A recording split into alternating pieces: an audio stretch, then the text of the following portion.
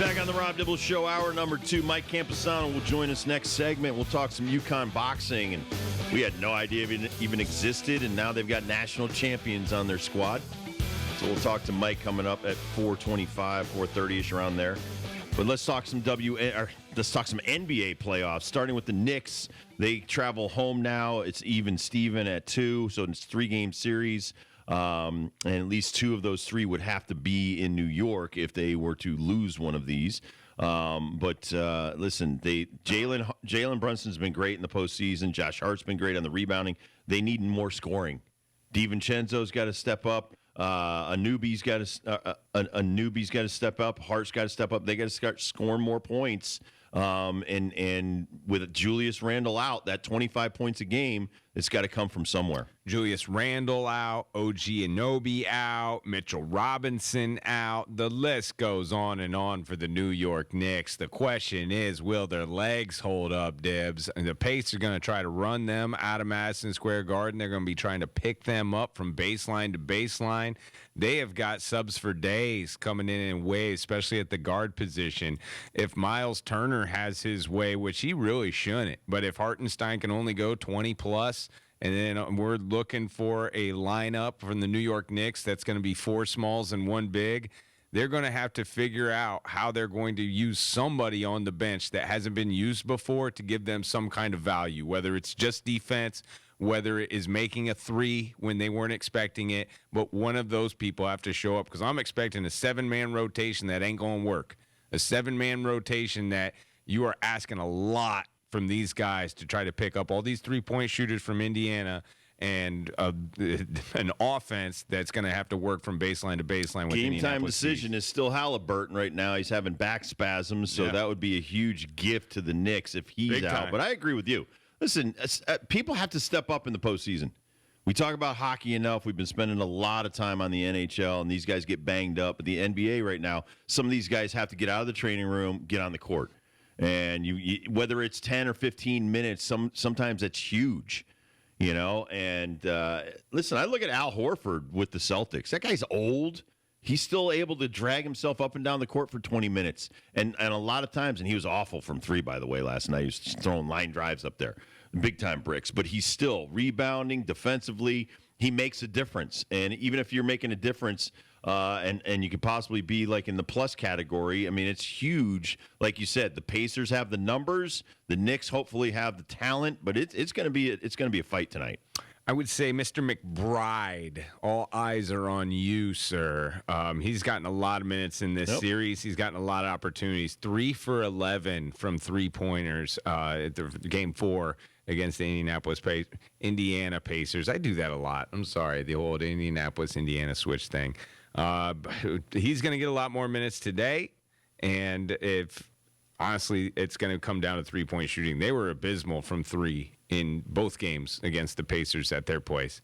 Maybe MSG is a better shooter's eye for them. Obviously, the crowd's going to be loud for the New York Knicks tonight, but they're going to have to find somebody, and it's most likely going to be McBride off the bench, who is going to have to be that spark for the Knicks when they're going to have so many guys gassed. Timberwolves Nuggets is the late night tilt. Starts at 10:30 out in Denver, as Denver has now, after being down 2-0, evened it at 2. This is kind of like the Pacers, except you're the defending champs. And the Nuggets, now I wouldn't say that it's the home court advantage, because they actually had the home court advantage and lost the first 2 games. No home team has won in this series. Exactly. So now you have to actually win a game on your own court, which should be the easier proposition. Both point guards are game-time decisions. That's Conley and Murray, respectively, for those teams. That's going to be a big deal if those guys can't go. Murray. I was thinking, though, in Game 4, like, okay, the champs have come back. They're here. And the young Bucks of Minnesota, they just haven't been through the ringer yet of the playoffs. Like, they haven't had those stepping stones like the Denver Nuggets obviously have as they're the NBA champs last year. It's all about Jokic, man. It's all about Jokic. If Rudy Gobert can come out, which I did see got fined for yelling at the refs, that just kind of broke a couple hours ago. But if he can come out and not be a defensive liability, which is weird to say about the defensive player of the year, but if this guy can do a decent job, and Karl Anthony Towns as well, I don't think it's about Anthony Edwards in this series.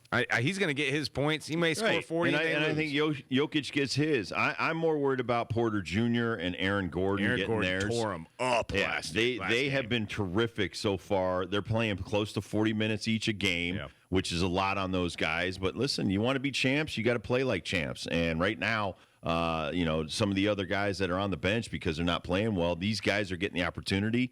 I like Aaron Gordon's game, like you said. When he gets hot, he's unstoppable. But like, if Murray goes down, who's going to pick up the slack on the 20 points? And what does he get? About 5 rebounds. But I'm more worried about the 6 assists. And who's gonna be in that department? Usually it's your point center on this team. Like Jokic is going to run the show, and it does feel very smooth when he has got the ball on the top of the key, whether it is off the drive for him, the one-stepper Nokovic shot that he's got, or if he's rainbowing threes in, or if he is just wheeling and dealing and dishing out dimes himself. Like, this dude is so much for me, it's fun to watch. A lot of people say it's a bad brand of basketball and it's not that appetizing. Like, I don't know, man. You're not watching him enough then, because he's amazing. Especially compared to the rest of the league. I think he's too unselfish sometimes. But I love what he, like they're talking about Michael Porter and talking about how much he's made him better. And Michael Porter talking, well, he's unselfish. And so they go back to Jokic and he goes, well, yeah, I mean, I'm that good. I come and I help him be unselfish. Yeah, I mean, he's kind of a comedian, and he's very humble, but the dude's unbelievable. For a big-bodied guy, he reminds me more like Charles Barkley than maybe like some streamline-looking athletic guy that you might expect. But the guy's super talented, dude. He's a walking triple-double. I agree. And also I agree that with no Jamal Murray, it's not as easy. No. That dude's very special. Very special. Doesn't get enough credit, maybe because he's overshadowed by the 3-time MVP. But Kentavious Caldwell-Pope, Christian Braun, these guys are going to have to play a little bit more minutes, probably even if Jamal Murray gets activated tonight and gets put in the starting lineup. Those guys Pope's averaging 35 minutes a game in the playoffs over the 9 games, and he's averaging less than 8 points. You got to do better than that, bro. You're a much better player than that. And again, if Murray goes down, you got to step up, maybe score 15 tonight. Yeah, he's in and out. With Jamal Murray's not there, he will have a bigger role. Definitely. That's a fun series. I was thinking about this, too, thinking if Luka won last night, but the OKC Thunder ended up putting the final touches on that, 196 last night. Doncic versus Jokic in the Western Conference Finals. A lot of itches. Very possible that can still happen. And I just think their brand of basketball is so unique and so different and very skilled. That would be a very fun series. But also, to me, it's very telling that the European game is so here now and taking over with superstars. Superstars. Did you see the lady had to be 80, 85 years old, get the Nas Reed tattoo? No, that's great, though. Awesome. I love it. I love it. Look, I love him. I think he's a great player. Big Nas Reed fan. Yeah, and so they love him in Minnesota. And obviously it's the, middle of the country, and you wouldn't think like, oh my God, look at this 85-year-old white woman getting a Nas Reed tattoo, but they love their team. And I'm honestly, other than the A-Rod being part of the ownership, which it doesn't really matter to me at this point, good team, been awful for so many years, going like back to Kevin Garnett's years. But it's good to see teams like that haven't been successful now having some success. And if they knock off the champs, they knock off the champs. It'll be good for basketball. I do think about that in these playoffs. Like, I'm happy for a lot of fan bases. Right. Oklahoma City. You've struggled for a long time. Minnesota, like you said. Cleveland Cavaliers without LeBron. I mean, there's. I like that they're winning without Pacers LeBron, right? Series for me is like all about the fans more than it is about the actual. And game. again, LeBron being at the game last night, it's all about LeBron. I mean, he's coming back to Cleveland and he's going to bring Bronny, and it's I could care less. So fitting he had wine with him. So fitting. Yeah. WHINE. If I was on his team, I'd really want some cheese with that wine. I mean, come on, man. But no, listen, Bronny was at the combine. He made a couple jumpers. The story should be about these players, though. That's my point, is that there's so many great young players, and Anthony Edwards is just a stud, and we don't notice him because he's in Minnesota, and he kind of gets covered by so many of these, coast to coast and, all these other stars all over the place, including Jokic or Doncic. And we don't notice some of these guys sometimes until they win and get to the postseason. I was just going to say that. Win and get to the finals. You get noticed. My dad did not know who Jokic was a couple of years ago, and now loves him. Right. Calls him the big fella. He loves it when the big fella. And he was playing. Overlooked at the draft. He wasn't even drafted high. So it's when you look at some of these guys that, we're talking about the NBA draft, and this guy's going to be in the top 10. We don't know how good they're going to be. But nowadays, man, if you don't win the big one, if you don't win the championship, you're not validated to the fringe of the sports fan. Like, maybe the diehard guy knows about you in the NBA, you're a great player, but until you win it all, then you get respect from the masses. That's when my grandma knows your name, and that's when you've really arrived. And I think also, Steph Curry, and we brought him up with Dom Amori talking about Caitlin Clark. That guy made you like his team and his game and, watch Golden State. Honestly, I grew up when Golden State was a horrible team, and the only guy I can remember on those teams was Rick Barry. And it was like, you have one great player, and the rest of this team's, kind of mediocre. Now you respect that product from that particular part of the country because of those championships that they won. And now it's like, okay, well, they're not as good as it, but you know what? They're still good. And they still can beat you on any given night. They just are starting to run out of time, and they kind of need to replenish their strength and their numbers. But at the same time, there was like a 30-year period where, man, Golden State sucks. The Timberwolves, when they started off, it was like, okay, you got to get out of Minnesota to go win a championship if you're Kevin Garnett. He had to go to Boston to get him a championship and, put him with Ray Allen and Paul Pierce. But now when you look at some of these guys right now in Minnesota, man, they're deep. And they brought in Rudy Gobert. And you bring in a couple of special players to go with your good draft picks, and now you're battling, you're even, and now it's a 3-game series against last year's champs. Big game 5s tonight. Pacers, Knicks, that will be the first one. And then out west, Denver versus Minnesota. And then WNBA kind of takes over the world. There's a lot of opening days and for I like our UConn players. Who would have thought? Who would have thought we'd talk about with all the NHL, the NBA, you've got baseball going on right now. We got the, NFL schedule coming out this week. You got so many things that are going on in the world right now. And we're talking about the WNBA. Now, I know there's so many UConn players all over the place, and I can't get to them all, but I do want to give a shout-out to our CT Sons, Mariah Jefferson, who could be locking down Caitlin Clark tonight. Also, Olivia Nelson-Ododa. She should be coming in and out. She had a great season last year, filling in for Brianna Jones for the CT Sun.